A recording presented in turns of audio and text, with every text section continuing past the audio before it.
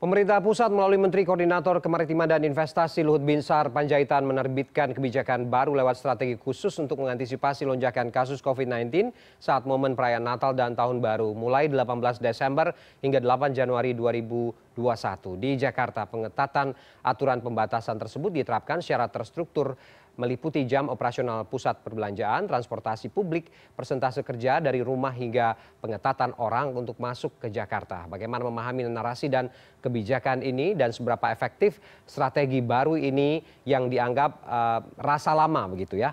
Ini bisa mampu menekan penyebaran kasus COVID-19. Kita bahas bersama dua narasumber dari luar studio yang sudah bergabung lewat sambungan Zoom. Yang pertama, Wakil Gubernur DKI Jakarta Ahmad Riza Patria. Selamat malam Pak Wagub.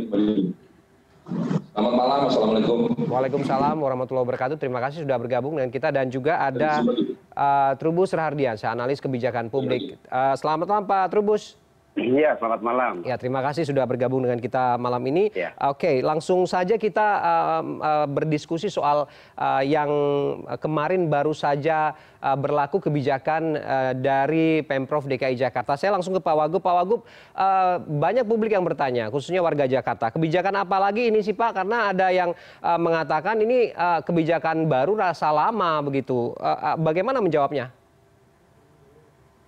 Jadi memang kami setelah koordinasi dengan jajaran di internal Forkopimda dan pusat, tanggal 16 Pak Gubernur setelah rapat kita mengeluarkan induk untuk internal kami dalam rangka menyikapi perayaan Natal, Tahun Baru dan libur akhir tahun. Kemudian juga yang kedua mengeluarkan seruan Gubernur Provinsi DKI Jakarta terkait menyikapi libur panjang akhir tahun. Beberapa di antaranya terkait PSBB transisi, memang kami masih memberlakukan jam kantor itu sampai dengan jam 21 dan kapasitas 50%. Namun kami minta tetap mengatur shift kedatangan dan kepulangan, termasuk shift jam istirahat, agar tidak terjadi penumpukan atau kerumunan, dan kami juga minta sedapat mungkin dikurangi kalau bisa di bawah 50%, dan alhamdulillah kebanyakan perkantoran malah di bawah 50%, apalagi memasuki akhir tahun. Sekalipun ketentuannya dimungkinkan sampai dengan 50%. Oke, tapi yang kedua, ya silakan Pak. Yang kedua terkait warung makan, restoran, kafe, bioskop, mal, kita batasi masih sampai jam 21 dengan kapasitas 50%. Namun khusus tanggal 24 Desember sampai dengan 3 Januari 2001, kita batasi jamnya sampai dengan jam 19.00 atau jam 7 malam. Meskipun kapasitasnya masih diperkenankan sampai 50%, tapi jamnya kita batasi sampai dengan jam 21. Terkait transportasi umum di Jakarta yang menjadi kewenangan Pemprov, kami batasi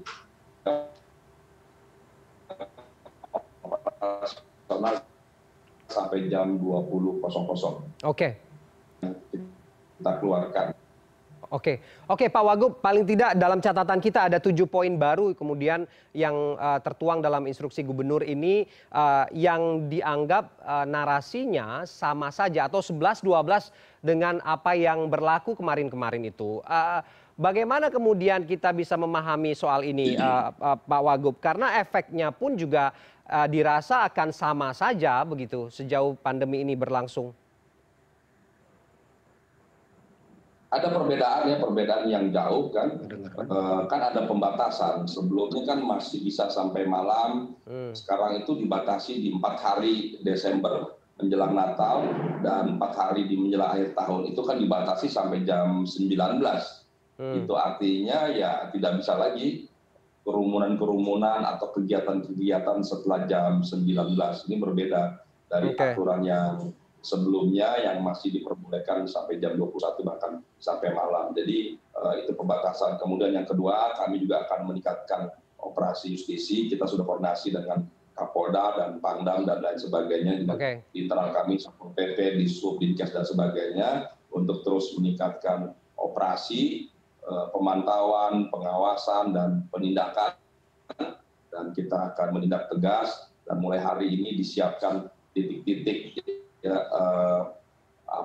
bagi yang melanggar. Kita akan, yang tadinya kalau kita tindak di tempat, sekarang yang melanggar kita akan kumpulkan di 5 titik kabupaten kota di wilayah DKI Jakarta, nanti dikoordinasikan oleh Polda Metro. Mudah-mudahan ini memberi dampak yang lebih efektif, dampak jerah bagi warga yang melanggar. Oke, sehingga kemudian Anda mengklaim bahwa kemudian pembatasan ini terkendali dan terukur begitu. Saya ke Pak Trubus kalau gitu. Saya ingin menanyakan Pak Trubus, sebelum kita membedah anatomi dari pembatasan terkendali dan terukur ini, bagaimana kemudian kita bisa memahami dari Pak Wagub sampaikan bahwa ada narasi yang berbeda, tapi kemudian publik menganggap 11-12 saja, tidak ada yang berdampak signifikan juga dari efek yang ditimbulkan begitu. Bagaimana menjawab ini? Iya, menurut saya ini gini, selama ini dalam 33 itu kan sudah ada mengenai pengetatan gitu ya, pengetatan, kemudian ada Pergub 88 juga mengenai pengetatan. Jadi artinya masyarakat ini sebenarnya sudah tahu gitu, sudah memahami. Hanya persoalannya kan kenapa COVID itu menjadi menular, kan ini sebenarnya perlunya peningkatan kolaborasi antara Pemprov dengan masyarakat. Itu yang perlu. Jadi kalau kolaborasi atau kerjasama yang baik itu di dalamnya ada partisipasi masyarakat, maka yang terjadi adalah PSBB ketat itu bisa berjalan. Nah sekarang dengan adanya PSBB, kan PSBB malah sekarang itu istilahnya terkendali dan terukur ya, pembatasan terkendali dan terukur atau bahasanya PTT. Ini kan masyarakat sebenarnya malah dibingungkan oleh istilah yang baru, yang dimana kemudian sebenarnya Pemprov tidak perlu mengeluarkan, tapi itu internal Pemprov ya, adanya Ingub nomor 64 maupun Sergub 17 gitu ya. Karena apa? Karena menurut saya sebenarnya aturan sudah ada, tinggal itu saja ditingkatkan saja, karena masyarakat sudah terbiasa, namanya ketat ini sudah tahu gitu ya. Jadi tidak perlu lagi menggunakan istilah lain yang nanti bahwa ini konteksnya kita tahun Natal dan tahun baru atau Nataru. Ini kan hanya persoalan di waktunya, karena kita kan sebelumnya sudah ada pengalaman di mana namanya libur itu ya, libur Idul Fitri terjadi peningkatan, kemudian libur 17 Agustus ada peningkatan, libur Idul Adha ada peningkatan, libur Maulid Nabi ada peningkatan. Nah, kemudian yang libur tanggal 9 Desember itu kita tahu ya.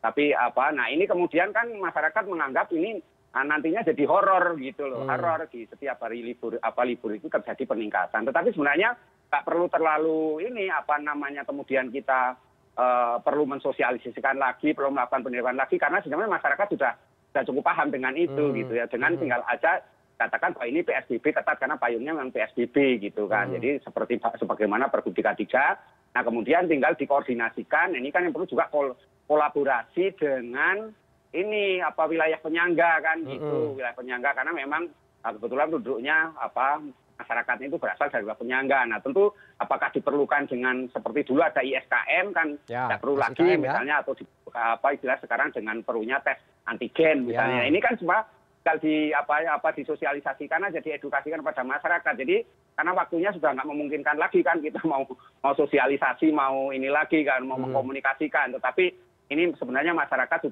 sudah cukup paham. Hanya perlu diketahui bahwa di Jakarta ini kalau kita mapping itu masyarakat itu terkait dengan persepsi terhadap COVID itu ada tiga jenis kan gitu. Ada masyarakat yang memahami bahwa COVID itu menakutkan ya kan, dan banyak sudah korban, maka mereka umumnya patuh terhadap protokol kesehatan. Tapi kemudian yang kedua adalah masyarakat yang istilahnya tidak patuh gitu kan, masyarakat yang IGP pikirin. Nah ini kemudian protokol kesehatan juga kurang ikutin lah gitu, nggak mau. Yang ketiganya ya tentu masyarakat yang swing voter lah, masyarakat yang ragu-ragu. Nah ini kan meskipun jumlahnya juga nggak banyak, tetapi ini perlu dipahami ketika kita melakukan pengetatan nanti ujung-ujungnya yang yang 2 dan 3 itu tidak mau gitu kan, kalau dia tidak diberikan edukasi yang cukup gitu, supaya paham bahwa ini protokol kesehatan gitu, Mas. Pak Trubus, Anda ingin mengatakan bahwa kemudian tidak akan ada efek apa-apa begitu dengan perubahan narasi sedikit pun ini tidak akan berdampak besar?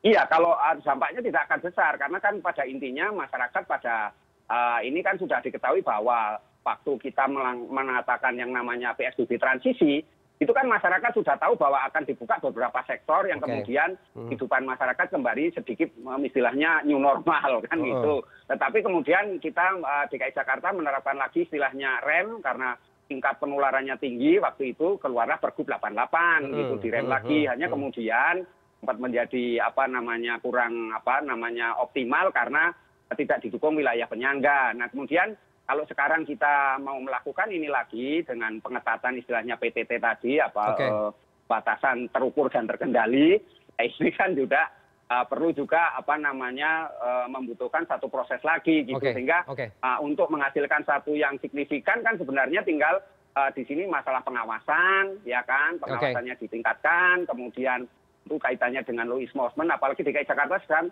sudah ada Perda nomor 2 tahun 2020. Ya, di situ kan tinggal membreakdown menjadi pergub-pergub atau pergub yang sudah ada, misalnya Pergub 79 kan juga bisa dipakai itu. Artinya untuk mengendalikan masyarakat yang menurut saya kaitannya dengan libur Nataru ini gitu, Mas. Oke, baik, kita sudah dapat poinnya. Saya ke Pak Wagub, saya akan menanyakan bagaimana kemudian dasar kajian dari kebijakan baru ini, apakah nanti bisa sasarannya bisa langsung menyasar tepat kepada apa yang diinginkan khususnya di momentum Nataru ini. Tapi dijawabnya nanti Pak Wagub. Kita akan break dulu. CNN Indonesia Prime News akan segera kembali.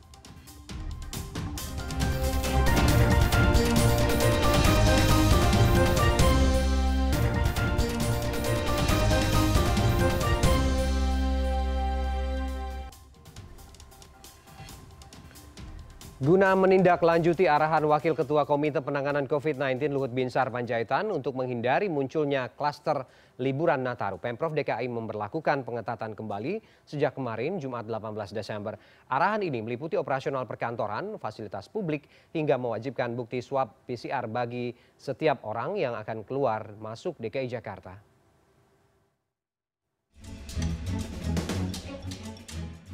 Pemprov DKI Jakarta kembali memperketat PSBB mulai 18 Desember 2020 hingga 8 Januari 2021. Hal ini menindaklanjuti arahan Wakil Ketua Komite Penanganan COVID-19 dan Pemulihan Ekonomi Nasional Luhut Binsar Panjaitan guna mengantisipasi munculnya klaster liburan Natal dan Tahun Baru. Kebijakan ini tertuang dalam instruksi dan seruan Gubernur DKI nomor 64 dan 17 tahun 2020 tentang pelaksanaan pengendalian dan kegiatan masyarakat. Kegiatan itu mengatur kapasitas bekerja dari kantor pekerja swasta maupun ASN, yaitu sejumlah 50%. Jam operasional kantor pun dibatasi hanya sampai pukul 19 waktu Indonesia Barat. Selain itu, Gubernur Anies Baswedan juga membatasi jam operasional pusat perbelanjaan dan tempat hiburan hingga pukul 21 waktu Indonesia Barat. Namun, khusus tanggal 24 hingga 27 Desember 2020 serta 31 Desember hingga 2 Januari 2021, jam operasional industri perdagangan dan hiburan dibatasi hanya sampai pukul 19 waktu Indonesia Barat. Di hari pertama penerapannya, salah satu mal di kawasan Jakarta Pusat mengaku tidak keberatan dengan arahan Pemprov DKI. Pengelola mal menyampaikan akan mengakalinya dengan buka lebih awal dari biasanya. Selain itu, mereka juga akan menggelar program Midnight Sale akhir tahun secara virtual. Selain tempat hiburan, jam operasional transportasi publik pun turut dibatasi. MRT dan Transjakarta hanya beroperasi hingga pukul 20 waktu Indonesia Barat, sementara KRL akan berakhir pukul 22 waktu Indonesia Barat. Sementara itu, bagi masyarakat yang hendak keluar masuk wilayah DKI Jakarta melalui semua jenis transportasi umum, wajib membawa bukti swab PCR yang dilakukan minimal 2 hari sebelum keberangkatan. Upaya untuk mencegah terjadinya kerumunan akhir tahun juga diikuti dengan larangan yang dikeluarkan oleh Polda Metro Jaya. Kabid Humas Polda Metro Jaya Kombes Pol M. Yusri Yunus menyatakan pihaknya tidak akan mengizinkan kegiatan yang menimbulkan kerumunan pada malam tahun baru. Pihaknya juga telah berkoordinasi dengan pihak gereja agar jumlah jemaat dapat dikurangi hanya 20% pada perayaan Natal. Tim Liputan CNN Indonesia. Dan kita lanjutkan kembali dialog kita malam ini masih dengan narasumber saya, Pak Trubus, masih tersambung ya? Iya, masih. Ya, masih ya. Kita juga masih menunggu untuk tersambung atau terhubung kembali dengan Wakil Gubernur DKI Jakarta, Ahmad Riza Patria yang sempat terputus. Kita masih tunggu, sembari menunggu saya ingin kembali ke Pak Trubus. Pak Trubus, Ya. tadi kan sudah disampaikan bahwa kemudian pembatasan terkendali dan terukur ini kemudian tertuang 7 poin baru begitu, yang di mana Anda mengatakan jika tidak ada yang berbeda dengan apa yang dituangkan dalam kebijakan-kebijakan sebelumnya. Tapi kemudian kita juga harus melihat bahwa apakah ini dasarnya hanya momentum liburan saja untuk menghindari kerumunan dan juga menghindari momen-momen perayaan begitu, atau memang karena dari apa yang dievaluasi selama ini kasus ini tidak menurun, transmisinya masih terus terjadi begitu. Bahkan untuk Jakarta mungkin angkanya masih terus tinggi. Apa kemudian pengamatan Anda soal ini? Iya, menurut saya memang tingginya, artinya sekarang ini angkanya kan masih di atas 1,5 ya, 5. Nah, maka yang terjadi kemudian kita lihat bahwa penularan yang tinggi itu mencerminkan belum banyak perubahan yang terjadi dari tujuan semula kita kan memutus mata rantai penyebaran COVID kan, bukan semata-mata mengendalikan gitu. Nah, karena itu ketika atau manakala kebijakan ini diterapkan menjelang libur tahun baru, ini kan seolah ini hanyalah kebijakan yang sesaat gitu ya, yang sebenarnya harusnya belajar dari pengalaman sebelumnya kan gitu, pengalaman di mana penularan-penularan di hari libur itu sangat tinggi. Tetapi kalau kita lihat yang terjadi sekarang, ini memang jadinya mengenai pengendalian kerumunan itu kan sudah dilakukan berkali-kali, tetapi kerumunan itu sendiri kan lebih banyak yang sifatnya massal gitu kan. Meskipun terjadi di DKI Jakarta ada kerumunan karena faktor politik yaitu demo-demo gitu ya, juga ada faktor karena sosial keagamaan yang terjadi. Nah, tetapi perlu diketahui bahwa kerumunan itu memang dianggap sebagai sumber terjadinya penularan yang cepat yang masif itu gitu. Jadi dengan demikian memang libur tahun baru ini juga ditakutkan kan masalah itu, kerumunan dan kerumunan itu tadi gitu. Meskipun demikian sebenarnya selama ini tidak banyak kerumunan yang terjadi ya, dalam arti kalau kita lihat misalnya di Ancol misalnya, atau di Ragunan atau di Monas gitu ya, itu selama ini juga nggak terlalu banyak kerumunan yang signifikan gitu ya, hanya biasa saja, hanya masih bisa terkendali, artinya entah itu security, entah itu pengelola daripada tempat-tempat wisata itu masih bisa dikendalikan secara baik gitu loh. Hanya kalau ini Natal dan Tahun Baru ini kan menurut saya memang karena momennya ada libur ya, di mana masyarakat memang sebenarnya situasinya itu pengen liburan gitu ya, pengen liburan di akhir ini bersama keluarga.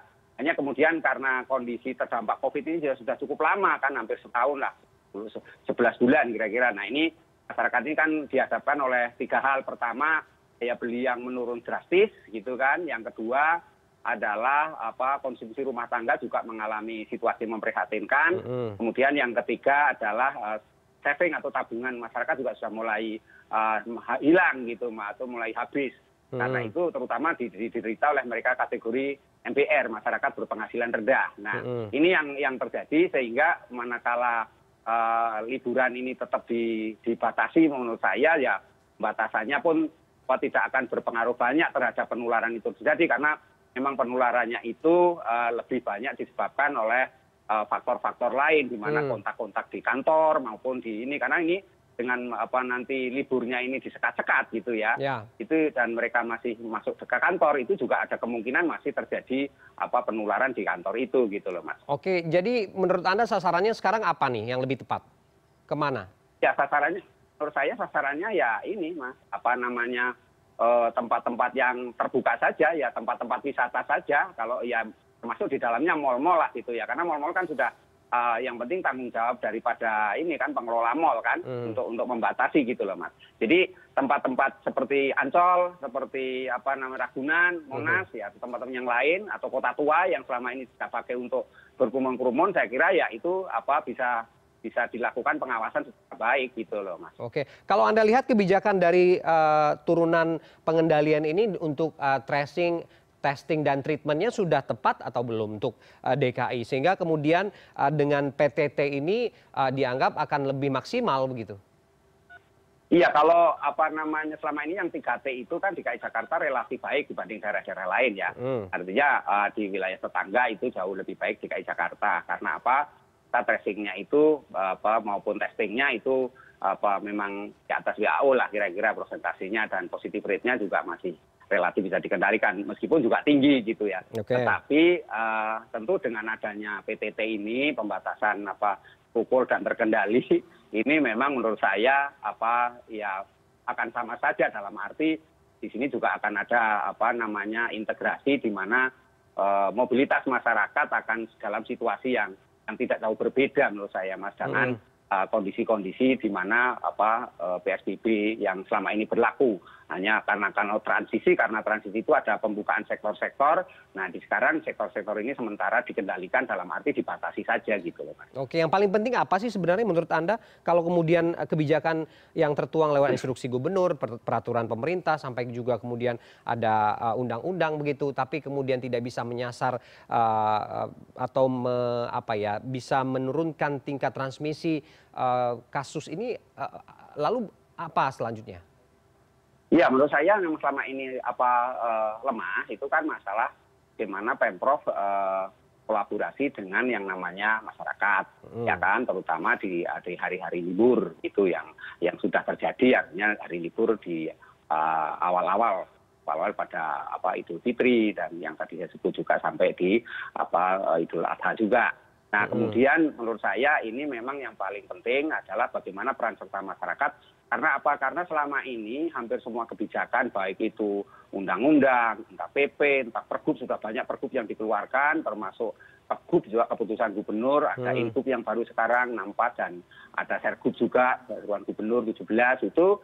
Terus saya juga menjadi banyak yang belum dipahami masyarakat karena nggak sosialisasi, berubah lagi kemudian meskipun alasan pemerintah selalu mengatakan bahwa ini karena melihat situasi yang dinamis di mana penularannya makin tinggi sehingga perlunya dilakukan perubahan-perubahan daripada aturan itu sendiri. Tetapi yang jelas aturan ini sendiri memang karena kurangnya sosialisasi, ya informasi dan edukasi terutama kepada masyarakat, dan belakangan juga ada lagi Perda nomor 2 tahun 2020 sebenarnya DKI Jakarta itu, ini kan harusnya disosialisasikan di mana kemudian pengendalian COVID ini bisa berjalan dengan optimal gitu loh. Tetapi yang terjadi kan malah empirisnya ya situasinya tidak banyak berubah di mana kemudian terjadinya banyak kerumunan-kerumunan yang baik karena faktor politik yang karena demo-demo ataupun faktor sosial budaya yang selama ini ada itu Mas. Oke Pak Trubus, kita sudah dapat poinnya. Nanti kita akan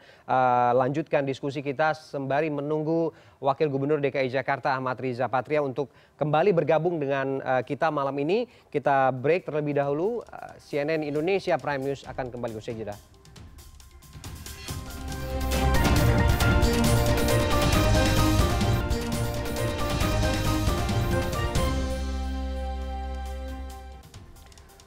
Baik, kita lanjutkan kembali diskusi kita malam ini di CNN Indonesia Prime News dan masih terhubung dengan Pak Trubus dan juga Pak Wagub sudah kembali bergabung dengan kita ya. Ya, Pak Wagub, seperti yang tadi saya tanyakan ke Pak Trubus, masyarakat bertanya kemudian dengan adanya Sergub dan Ingub ini, dasar kajiannya apa sih Pak sebenarnya? Apakah kemudian soal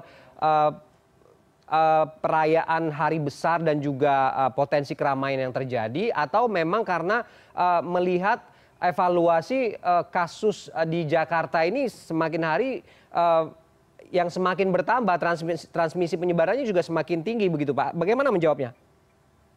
Yang pertama, sebagaimana pengalaman kita di 3 kali libur yang cukup panjang di tahun 2020 terjadi peningkatan.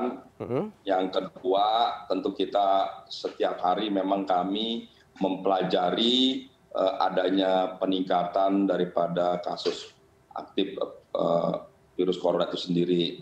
Kemudian yang ketiga, tentu dalam setiap mengambil kebijakan, kami selalu berdiskusi, berdialog, koordinasi dengan epidemiologi di internal kami, dengan Forkopimda, dengan Menteri atau jajaran pemerintah pusat dan Satgas pusat. Jadi semua kebijakan yang diambil tidak pernah sepihak, semua berdasarkan fakta dan data dan masukan dari para ahli dan para pakar. Akhirnya kami memberanikan diri, selain waktu itu kami memperpanjang masa PSBB, kemudian juga kami mengeluarkan Ingup nomor 64 dan juga seruan Gubernur nomor 17. Prinsipnya semua dimaksudkan agar di masa libur panjang ini, perayaan Natal dan Tahun Baru, kita berharap tidak terjadi peningkatan yang signifikan sebagaimana libur panjang 3 kali di tahun 2020. Berbagai kebijakan kami ambil, dan tentu kami juga berterima kasih pada pemerintah pusat yang telah memotong cuti akhir tahun atau libur bersama yang dikurangi 3 hari. Mudah-mudahan ini memberi dampak yang positif. Kami sendiri selain terus memperbaiki, menyempurnakan berbagai regulasi, kami juga menghadirkan berbagai aparat dan terus berkoordinasi dengan Kodam Jaya, dengan Polda Metro terkait operasi pemantauan, pengawasan, dan operasi justisi dan lain sebagainya. Juga kami terus berkoordinasi dengan Kementerian Perhubungan dan Satgas Pusat, juga terkait keluar masuk Kota Jakarta. Kemudian juga kami meningkatkan penertiban disiplin dengan berbagai operasi. Namun demikian kami memang selalu ingin mengajak masyarakat agar kepatuhan, kedisiplinan, dan ketaatan tidak karena ada aturan, tidak karena banyaknya aparat, karena semakin beratnya ketertiban, tapi lebih pada kesadaran masyarakat tersendiri bahwa disiplin ini, kepatuhan ini, 3M ini menjadi kebutuhan kita bersama. Oke, Pak Wagub, ajakan Pak Wagub itu yang kemudian saat ini menjadi PR kita bersama. Kepatuhan, kedisiplinan yang tentu harus dibarengi dengan penegakan hukum yang lebih tegas begitu. Jaminannya apa Pak kemudian dengan adanya instruksi Gubernur dan Sergup ini, aspek penegakan hukumnya juga berjalan optimal? Kami sudah koordinasi dengan Kapolda, Pak Kapolda, dan Pak Pangdam. Dari selain jajaran kami di internal Satpol PP, kami akan terus meningkatkan operasi justisi, meningkatkan pengawasan dan pemantauan setiap hari. Hari ini apalagi hari libur Sabtu Minggu, Jumat Sabtu Minggu ada peningkatan. Dan hari ini seperti yang tadi sampaikan, kami akan ada juga operasi.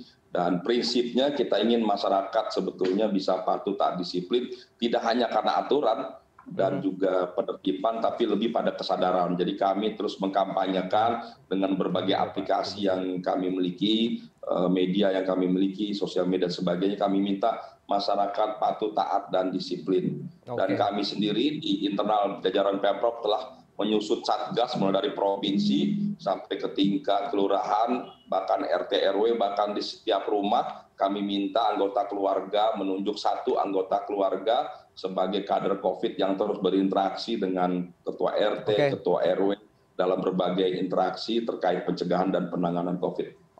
Terakhir dari Anda Pak Trubus, sudah ada jaminan dari Pak Wagub mengenai kebijakan baru ini. Apa catatan untuk Anda khususnya untuk menjalankan kebijakan ini biar tidak ada lagi celah untuk melakukan pelanggaran khususnya bagi masyarakat? Iya, menurut saya memang sudah tadi sampaikan Pak Wagub itu ya, memang niatnya kan kita segera memutus mata rantai penyebaran COVID, dalam arti ya konteksnya mengendalikan dari penularan itu. Dan masyarakat sebenarnya sangat apresiasi apapun yang sudah dilakukan oleh Pemprov, ya cukup mematuhi. Hanya persoalannya kan ini perlu dioptimalkan, ditingkatkan. Karena apa? Karena memang penularan COVID-nya terus tinggi. Nah ini yang menyebabkan masyarakat perlu menurut saya dilibatkan secara lebih luas. Nah, jadi PSM pendekatan peran serta masyarakat, yaitu pendekatan PSM itu perlu ditingkatkan, dioptimalkan ya. Karena apa? Karena memang untuk menciptakan yang namanya kesadaran, kedisiplinan itu memang dibutuhkan proses kaitannya dengan keterlibatan masyarakat itu sendiri. Nah, kemudian yang kedua menurut saya yang penting juga bagaimana komunikasi, membangun komunikasi yang selama ini berjalan itu komunikasi publik, khususnya karena pendekatannya lebih komunikasi publik yang struktural. Menurut saya ini perlu ditingkatkan lagi, terutama di tingkat RT RW, ya kan, di mana kemudian keterlibatan tokoh-tokoh masyarakat, tokoh agama maupun ormas-ormas juga sangat penting, sehingga jangan sampai kemudian kebijakan ini nanti hanya istilahnya itu jadi kesannya macan ompong gitu kan, jadi tidak bisa berjalan dengan baik, pada akhirnya peningkatannya malah tinggi sekali. Lah ini yang dikhawatirkan, sehingga kita perlu mengantisipasinya dengan sangat optimal lah, sangat maksimal, terutama dalam soal pengawasan yang tadi Pak Wagub disampaikan itu, dan di situ juga koordinasi tentu kolaborasi dengan berbagai pihak termasuk dengan wilayah penyangga. Nah, ini perlu juga masyarakat diberikan pemahaman yang utuh gitu ya, sehingga bahwa PSBB ketat lah bahasanya ini, atau PTT itu pembatasan terukur dan terkendali ini dalam rangka menyambut libur Natal Tahun Baru ini sudah bisa berjalan dengan baik. Itu menurut saya itu, Mas. Baik. Kita akan bersama-sama begitu untuk mengawasi apakah kemudian instruksi gubernur dan juga seruan gubernur yang terbaru ini betul-betul bisa terstruktur dan juga terkendali, tidak hanya pemerintah yang bekerja tapi juga semua pihak termasuk masyarakat itu sendiri. Terima kasih Bapak-bapak sudah bergabung dengan kita malam ini. Detasemen Khusus Anti Teror Polri baru-baru ini membekuk 21 tersangka kasus terorisme dari jaringan Jamaah Islamiyah di 8 lokasi terpisah di Pulau Sumatera. CNN Indonesia Prime News akan kembali usai jeda, tetaplah bersama kami.